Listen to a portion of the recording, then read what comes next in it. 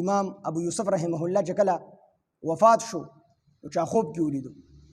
الله تعالی د سره څه معامله وکړله امام ابو یوسف رحمه الله وی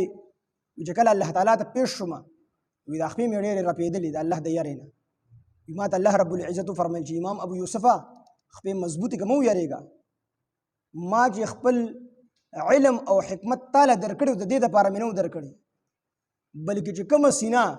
زه د خپل کتاب دپاره او د خپل پیغمبر د احادیثو دپاره منتخب کړمه نو ما په ازل کې دا فیصله کړې چې دا سینه زه په اور باندې نه عذابوم ځکه ورته قرآن او علم ورکوم یارېږه مه ته ما وبخئ الله دې مونږ ټول معاف کړي او الله دې مونږ له علم راکړي مونږ تش هغه نوم دی علم نشته دی علم چې په دنیا کې راځي او څوک دغې مقام ته رسي هغه بیا څوک پرېږدي هم نه شیخ ادریس غونډه کې سړی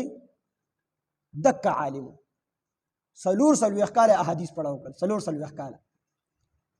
او داسې احادیث په پړاول چې د دوره حدیث چې کوم دی د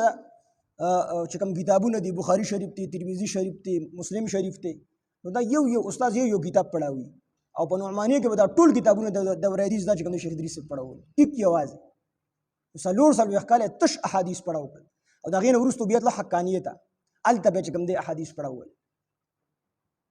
او دا د اخر زمانو په نښو کې ده چې کله اخر زمانه شي الله تعالی به علما اونغاړي دا به ځمکې ته چې کوم ځان ته به وغواړي دا بیا دې خلکو ته نه پرېږدي